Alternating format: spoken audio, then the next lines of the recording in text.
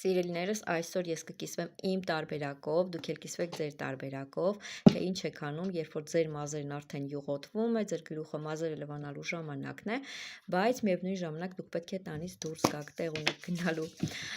ու չեք հասցնի այդ ամեն ինչը անել, հա, լվանալ, ֆենել, պատրաստվել։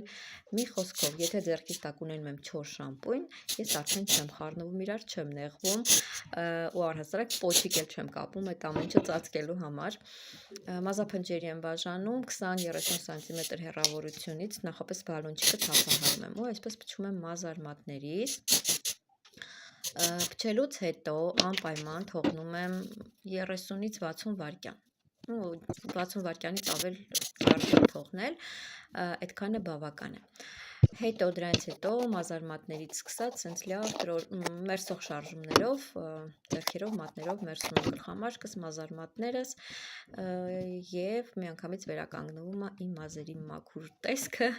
սիրուն փայլ, անուշ բույր ու արդեն պատրաստ եմ լինում դուրս գալու։ Չգիտեմ նկատեցիք փոփոխությունը թե չէ, բայց ես շատ գոհ եմ, փոփոխությունը ակնհայտ է, աղջիկներ ջան։ Այնպես որ հիանալի լուծում է։